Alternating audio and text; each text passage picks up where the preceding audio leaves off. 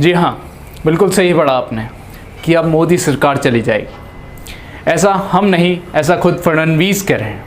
क्योंकि देवेंद्र फडणवीस की अगर बात की जाए, पिछले कुछ समय में उन्होंने महाराष्ट्र सरकार पर बहुत बड़े आरोप लगाए हैं। उन्होंने उद्धव सरकार को लेकर काफ़ी बड़ी बड़ी बातें की हैं। नमस्कार, मैं हूं हर्ष शर्मा और आप सभी का टाइम्स पढ़ास पर स्वागत है। देवेंद्र फडणवीस ने इतने बड़े बड़े आरोप लगाए हैं कि कोरोना वॉरियर्स अच्छा काम कर रहे हैं, लेकिन महाराष्ट्र सरकार इसमें अक्षम रही है कहीं ना कहीं, और महाराष्ट्र में कोरोना केसेस लगातार काफ़ी ज़्यादा बढ़ते नज़र आ रहे हैं।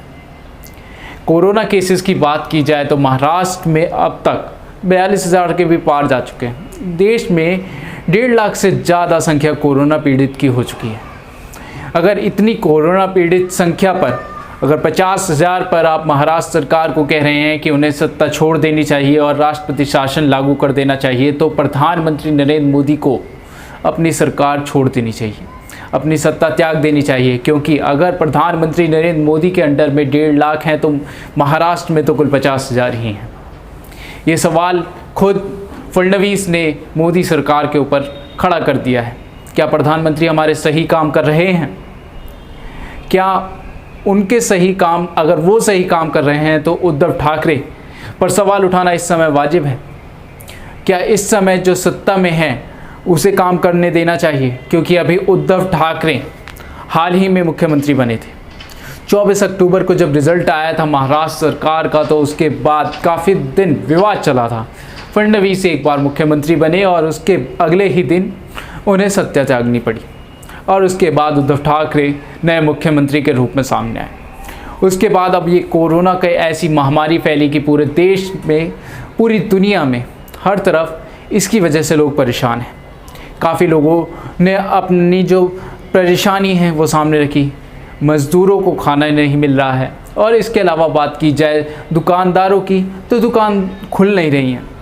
और इससे ज़्यादा अगर बात की जाए, लोग जो, अगर मिडल वर्ग की बात की जाए, मिडिल क्लास लोग हैं, उनकी नौकरियां भी जा रही हैं। जो बड़े लोग हैं, जो पूंजीपति लोग हैं, सिर्फ उनका लॉकडाउन अच्छे से कट रहा है। लेकिन जिनकी नौकरियां, जिनको 10-10, 12,000 रुपये, 20,000 रुपये मिलते हैं, अगर 15,000 से कम मिल रहे हैं, तो आपकी नौकरी संकट में हो सकती है। क्योंकि बहुत सारी कंपनियां ऐसी हैं जहां पर लोगों को निकाल दिया जा रहा है। प्रधानमंत्री नरेंद्र मोदी ने सामने आकर कहा था कि सबको सैलरी मिलनी चाहिए। सैलरी तो जब मिलेगी जब नौकरी रहेगी। क्या नौकरी बच पा रही है? क्योंकि जैसे जैसे मिडिल क्लास लोग हैं, या फिर लोअर क्लास लोगों की बात की जाए, तो अगर लोअर क्लास लोगों की बात करते हैं तो वो मज़दूर तो खाना भी नहीं मिल रहा है उन्हें। वो मज़दूर खाना खा नहीं पा रहे हैं और भूखे ही मर जा रहे हैं। रेलवे की बात करें तो वहाँ पर तो और भी बुरा हाल है। रेल में मज़दूर जाता है, अपने राज्य में जाना चाहता है, अगर बिहार जाना चाहता है तो वहाँ पर उन्हें 4-4, 5-5, 9-9 दिन लग रहे हैं। और 9 दिन में अगर खाने की व्यवस्था नहीं है तो वो इंसान तो रेल में ही मर जाएगा। जी हाँ, बिल्कुल ऐसा हुआ भी, और देखा गया कि रेल सफ़र के दौरान कोरोना से नहीं, केवल भूख से ही लोग मर रहे हैं।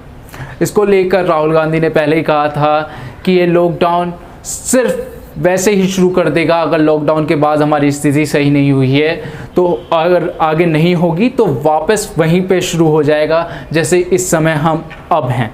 और ठीक वैसे ही देखा गया। राहुल गांधी की बात भी कहीं ना कहीं ठीक निकली।